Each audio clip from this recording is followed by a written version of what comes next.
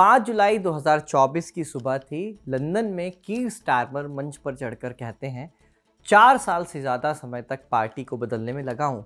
इसी दिन के लिए वो दिन आ गया है। उस रोज़ कीर स्टारमर की लीडरशिप में लेबर पार्टी ने 650 में से 411 सीटें जीती थी। एक ऐतिहासिक जीत थी वो। कुछ महीने पहले तक तो ये जीत लगभग असंभव लग रही थी, क्योंकि 2001 के बाद से लेबर पार्टी लगातार सत्ता से बाहर थी। 2019 के चुनाव में उसके पास महज 202 सीटें थीं। फिर कीर स्टारमर ने पार्टी की जिम्मेदारी संभाली। 4.5 साल तक पार्टी को दोबारा खड़ा किया, उम्मीदवार बदले, रणनीति बदली और अंत में पार्टी जीत गई।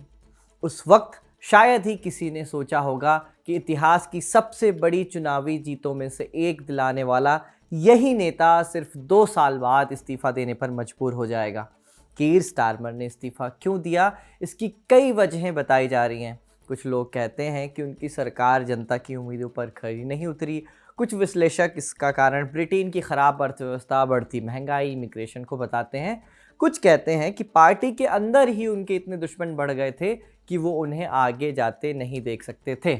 पर कुछ जानकारों का एक अलग मत भी है।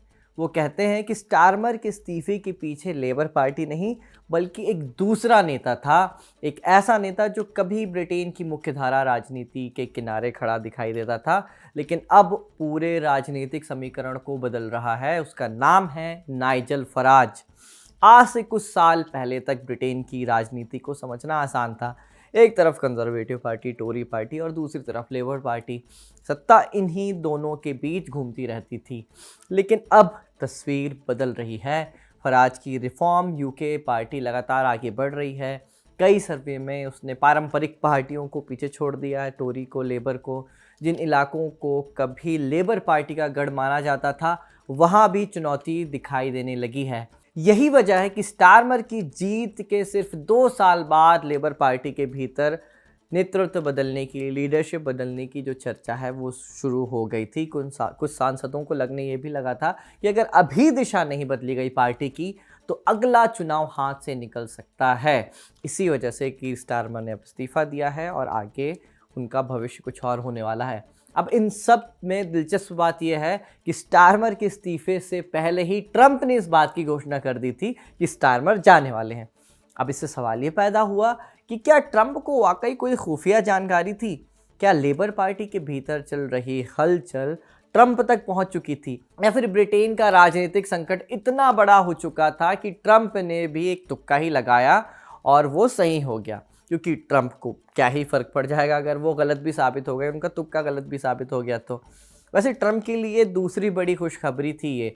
आज ही कोलंबिया में उनके समर्थन वाला एक कैंडिडेट जीता है, वहाँ पे दक्षिणपंथी कैंडिडेट है, और ब्रिटेन में एक ऐसे नेता का इस्तीफ़ा दिया है जो उन्हें पसंद नहीं था। G7 में स्टारमर और ट्रंप दोनों ही आए थे, लेकिन कोई बायलैटरल मीटिंग नहीं हुई दोनों के बीच। ट्रंप और उनके सहयोगी लगातार स्टारमर सरकार की आलोचना करते रहे हैं। एलॉन मस्क तो उन्हें जेल भेजने तक की वकालत कर चुके हैं। इन सब का तर्क ये है कि स्टारमर इमिग्रेशन पर रोक नहीं लगा रहे हैं और ब्रिटेन की नेशनल सिक्योरिटी को कमज़ोर कर रहे हैं।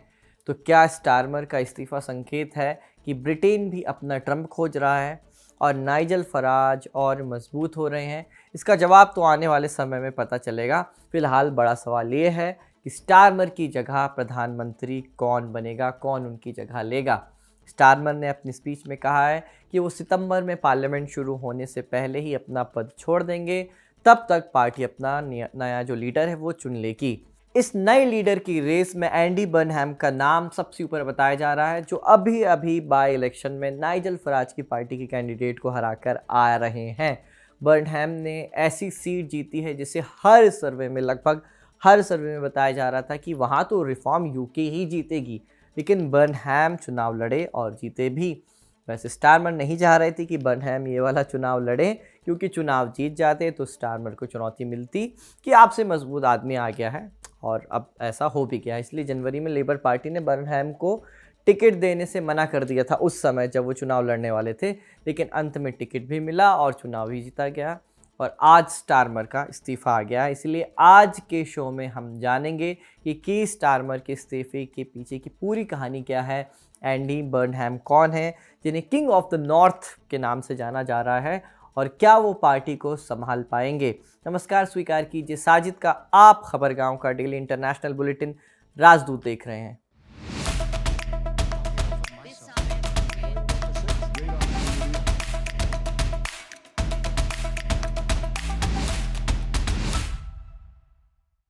कहानी स्टारमर की जीत से ही शुरू करते हैं। जुलाई 2024 में स्टारमर ने ऐतिहासिक जीत हासिल की। पहली बार वो प्रधानमंत्री चुने गए और जुलाई महीने में ही उनकी पहली परीक्षा हो गई। असल में 2017 में जब कंजर्वेटिव सरकार थी तब 2 चाइल्ड बेनिफिट कैप नियम लेकर वो आई थी। उसका नियम ये था कि अगर किसी परिवार के 2 से ज़्यादा बच्चे हैं किसी परिवार में, तो तीसरे या उसके बाद पैदा होने वाले बच्चों के लिए यूनिवर्सल क्रेडिट और चाइल्ड टैक्स क्रेडिट का जो अतिरिक्त पैसा है, एक्स्ट्रा पैसा है, वो नहीं मिलेगा उन परिवारों को। बरसों से लेबर पार्टी के कई नेता इसे गरीब परिवारों के खिलाफ बता रहे थे। इसलिए जब जुलाई 2024 में इस नियम को ख़त्म करने का प्रस्ताव संसद में लाया गया तो लेबर पार्टी के कई सांसदों को उम्मीद थी कि उनकी अपनी जो सरकार है, कीर स्टारमर की सरकार, वो इसका समर्थन करेगी इस बिल का। लेकिन प्रधानमंत्री कीर स्टारमर ने अपने सांसदों को ही इस प्रस्ताव के खिलाफ वोट डालने का आदेश दे दिया। उनका तर्क ये था कि सरकार के पास फ़िलहाल इसके लिए पैसा नहीं है, यानी 2 बच्चे से ज़्यादा अगर बच्चे पैदा होते हैं तो उनका खर्चा भी सरकार को ही उठाना पड़ेगा। इसलिए स्टारमर ने इस नियम को ख़त्म करने का विरोध किया। इसके बावजूद पार्टी के 7 सांसदों ने ये पार्टी लाइन तोड़ी और उस प्रस्ताव के समर्थन में वोट कर दिया। अब स्टारमर ने क्या किया, इन सभी 7 सांसदों को सस्पेंड कर दिया।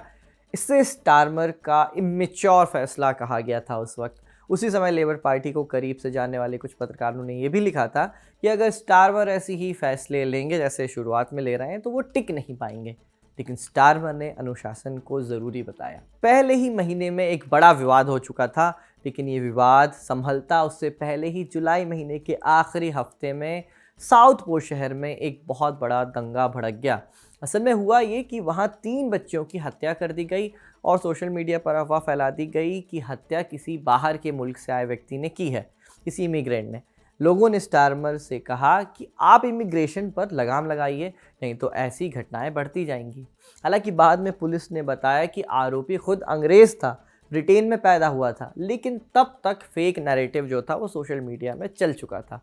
कई शहरों में दंगे भड़क गए। जो शरणार्थियों के लिए जो होटल बनाए जाते थे इमिग्रेंट्स के लिए, उन पर वहाँ पे हमले होने लगे। पुलिस और प्रदर्शनकारियों की भी झड़पें हुई। सरकार ने सैकड़ों गिरफ्तारियाँ की और स्टारमर ने दंगाइयों के खिलाफ एक्शन का आदेश दिया। लेकिन यहीं से उनके आलोचक सक्रिय हो गए।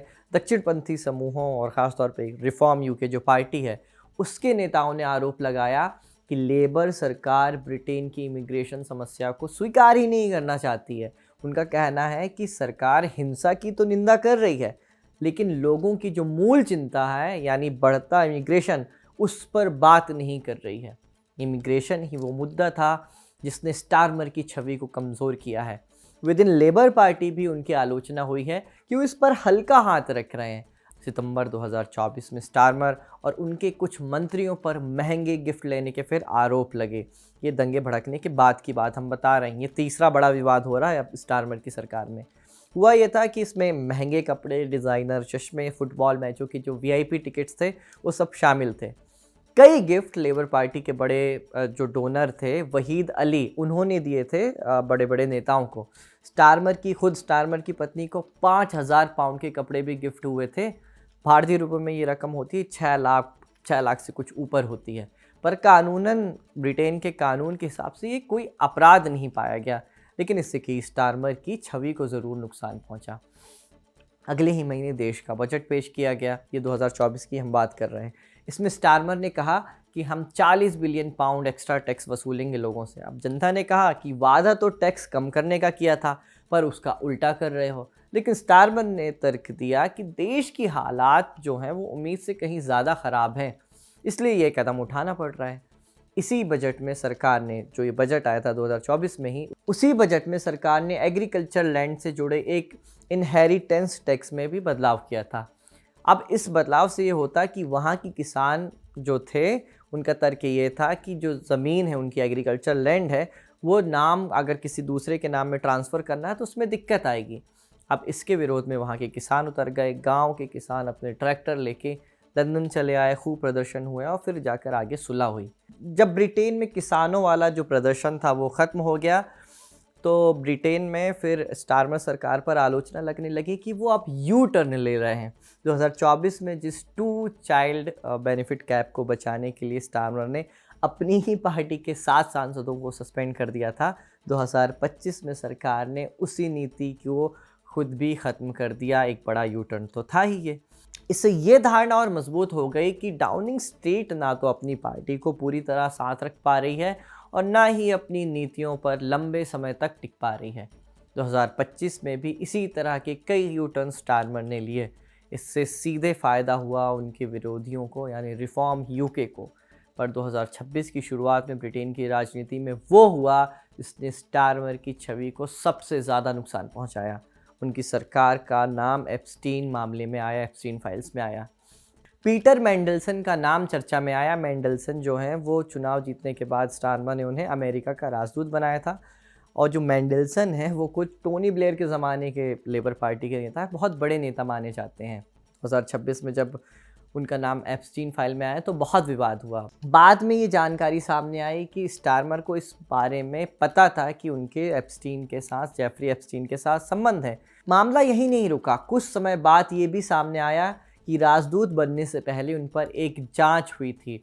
इस जांच में पीटर मेंडलसन को लेकर आपत्तियां दर्ज कराई गई थी और वो इस जांच में जो मानक थे उस पर खरे भी नहीं उतरे थे, यानी गड़बड़ी उसी समय पकड़ आ गई थी। इसके बावजूद स्टारमर ने उन्हें राजदूत बनाया। इस खुलासे के बाद स्टारमर के करीबी मॉर्गन मैक्सवीनी ने भी पद छोड़ दिया।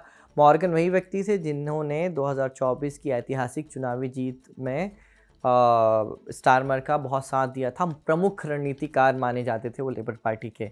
अब उनके इस्तीफे के बाद सब समझ चुके थे कि पार्टी के अंदर कुछ सही नहीं चल रहा है, इसलिए पार्टी के अंदर ही स्टारमर को हटाने की तैयारी शुरू होने लगी। लेकिन स्टारमर की जगह किसको लाया जाए, ये सबसे बड़ा सवाल था। एंडी बर्नहैम का नाम सबके जहन में तो था, लेकिन वो उस समय ग्रेटर मैनचेस्टर के मेयर थे।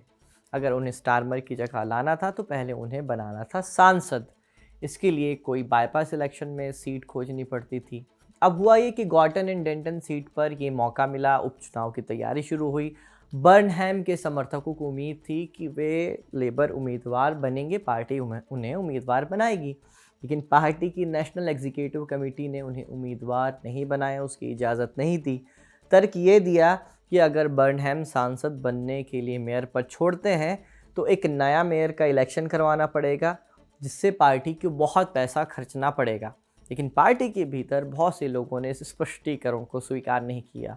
बर्नहैम के जो समर्थक हैं उन्होंने आरोप लगाया कि पार्टी जानबूझकर उनकी संसद में वापसी को रोक रही है। उनका मानना था कि एंडी बर्नहैम की बढ़ती लोकप्रियता से स्टारमर खेमे के कुछ लोग असहज थे, पर फिर स्टारमर पर दबाव बढ़ाया गया, उन पर दबाव डाला गया और फिर बर्नहैम चुनाव लड़े, उन्हें टिकट फाइनली दिया गया। 2 दिन पहले, आज से 2 दिन पहले ही, यानी 19 जून को इस सीट के रिज़ल्ट आए हैं, इस सीट के चुनाव के रिज़ल्ट आए हैं।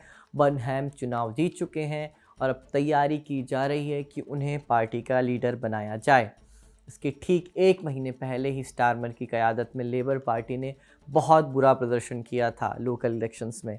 मई महीने में ही ये लोकल इलेक्शंस हुए थे, उसमें लेबर पार्टी की लगभग 1,500 सीट चली गई थी। 38 काउंसिल सीट भी हाथ से निकल गई थी। वेल्स में भी पार्टी ने बहुत ख़राब प्रदर्शन किया था। इन सभी जगह पर रिफॉर्म यूके ने बेहतर परफॉर्म किया, इसलिए लेबर के अंदर स्टारमर को लेकर जो संदेह था वो और गहरा गया। पिछले महीने ही स्टारमर के विरोध में लेबर पार्टी से 3 बड़े इस्तीफे हुए हैं। 14 मई 2026 को स्वास्थ्य मंत्री वेस स्ट्रेटिंग ने इस्तीफ़ा दिया था। फिर जून 2026 में रक्षा मंत्री जॉन हिली ने भी इस्तीफ़ा दे दिया था और उनके ठीक बाद, रक्षा मंत्री के इस्तीफे के ठीक बाद, मिनिस्टर फॉर आर्म्ड फोर्स जो थे अल कान्स, उन्होंने भी इस्तीफ़ा दे दिया था। रक्षा मंत्रालय के 2 बड़े इस्तीफे थे। नेशनल सिक्योरिटी का सवाल था देश की, इसीलिए ये पूरा डिबेट और बढ़ा, ये पूरा विवाद और बढ़ा। ब्रिटिश अखबार द इंडिपेंडेंट ने उस वक्त लिखा था कि पार्टी के अंदर भी देश की नेशनल सिक्योरिटी से जुड़े सवाल उठ रहे थे, क्योंकि स्टारमर ने डिफेंस बजट कम कर दिया था, जबकि नेटो चेतावनी दे चुका है कि अगले 5 साल में उसकी रूस के साथ जंग हो सकती है। इन 3 बड़े इस्तीफ़ों ने स्टारमर की छुट्टी की बात को लगभग कंफर्म तो कर दिया था, पर 19 जून को बर्नहैम ने चुनाव जीतकर इसकी पूरी तरह से पुष्टि कर दी, मुहर लगा दी एक तरह से। 20 जून को ब्रिटिश अखबारों ने भी ये लिखने लगे, ब्रिटिश अखबार में भी छपने लगा प्रमुखता से कि स्टारमर की छुट्टी होने वाली है। और 21 जून को ट्रंप ने सोशल मीडिया पर लिख दिया कि स्टारमर जाने वाले हैं। जब इसकी आधिकारिक घोषणा हुई तो सब चौंक गए कि ट्रंप को इस बात का पता कैसे चला। इस पर अमेरिकी अखबार वॉशिंगटन पोस्ट ने खबर की है। उन्हें एक ब्रिटिश सांसद ने, लेबर पार्टी के सांसद ने ही बताया है कि ट्रंप के ऐलान तक भी स्टारमर ने इस्तीफ़ा देने का जो फैसला है वो नहीं लिया था। यानी ट्रंप का जो बताया जा रहा है कि कोई खुफिया जानकारी थी उन्हें, ऐसा कुछ नहीं है इस खबर से तो यही पता चलता है। पर अखबार ये भी लिखता है कि लेबर पार्टी के बहुत से सांसदों को आभास तो हो ही गया था कि स्टारमर अपना पद छोड़ने वाले हैं। वॉशिंगटन पोस्ट ने ब्रिटिश प्राइम मिनिस्टर के ऑफिस से भी संपर्क किया कि वीकेंड में क्या ट्रंप और स्टारमर की कोई बातचीत हुई है, तो उन्होंने जवाब दिया कि ऐसी कोई बातचीत नहीं हुई है। इससे समझ तो यही आता है कि ट्रंप ने भी एक तुक्का लगाया होगा, जैसा तुक्का सभी ने लगाया था, क्योंकि ये बहुत ऑब्वियस हो गया था कि स्टारमर इस्तीफ़ा दे सकते हैं। इस्तीफ़ा आ चुका है, बर्नहैम का नंबर है अब देश को लीड करने का। बर्नहैम एक ज़िद्दी नेता बताए जाते हैं। उनका एक किस्सा बड़ा मशहूर है कि कोरोना के दौरान जब तत्कालीन प्रधानमंत्री बोरिस जॉनसन मैनचेस्टर पर प्रतिबंध लगाना चाहते, लॉकडाउन बेसिकली वो बढ़ाना चाहते थे, तब बर्नहैम ने खुलकर उनका विरोध कर दिया, क्योंकि वो वहाँ के मेयर थे। उनका कहना ये था कि अगर सरकार वहाँ के लोगों का कारोबार बंद करवाती है तो मज़दूरों को आर्थिक मदद भी देनी होगी। कई महीनों तक उनकी सरकार से ये टकराव चलता रहा बोरिस जॉनसन के साथ, और एक नेशनल मुद्दा बना था ब्रिटेन में उस समय। इसी के बाद इन्हें किंग ऑफ द नॉर्थ कहा जाता है। कब तक वो प्राइम मिनिस्टर बनेंगे ये देखना होगा। राजदूत में हम आपको इसकी जानकारी दे देंगे। जाते जाते आपको की स्टारमर के इस्तीफे के समय दी गई स्पीच की कुछ आपको अंश सुना देते हैं। उन्होंने अपनी स्पीच में कहा, 6 साल पहले मुझे लेबर पार्टी की कमान मिली थी। उस समय पार्टी नैतिक, आर्थिक और राजनीतिक तौर पर बैंकरप्ट थी। मुझे कई बार बताया गया कि लेबर पार्टी ख़त्म हो गई है, लेकिन हमने लैंडस्लाइड विक्ट्री दिलाई, सबको गलत साबित किया। एंटीसेमिटिज़म का जहर पार्टी से मैंने निकाला है, नेशनल सिक्योरिटी में इजाफा किया, 2 साल में अर्थव्यवस्था मजबूत हुई है, इमिग्रेशन रोका गया है, बच्चों को सोशल मीडिया से मैंने बचाया है, लाखों लोगों को गरीबी रेखा से ऊपर मैं लेकर आया हूँ। पर इन सब के बावजूद पार्टी से पूछा जा रहा है कि क्या अगला जनरल इलेक्शन मेरी लीडरशिप में लड़ा जाना ही उचित होगा, क्या मैं ही इसके लिए बेस्ट ऑप्शन हूँ या नहीं। अब मुझे इसका जवाब भी अपनी पार्टी से मिला है, और इस जवाब को मैंने गुड ग्रेस में लिया है, पॉजिटिवली लिया है।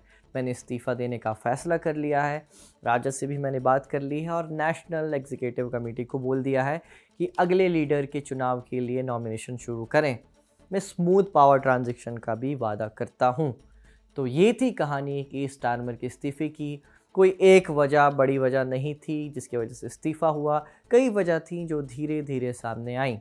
आगे ब्रिटेन की पॉलिटिक्स में जो भी अपडेट्स होंगे वो आपको राजदूत में मिलते रहेंगे। आज का शो यहीं समाप्त होता है। इसे रिकॉर्ड किया था मेरे साथी सर्वेश ने। मेरा नाम है साजिद। देखते रहिए खबरगांव।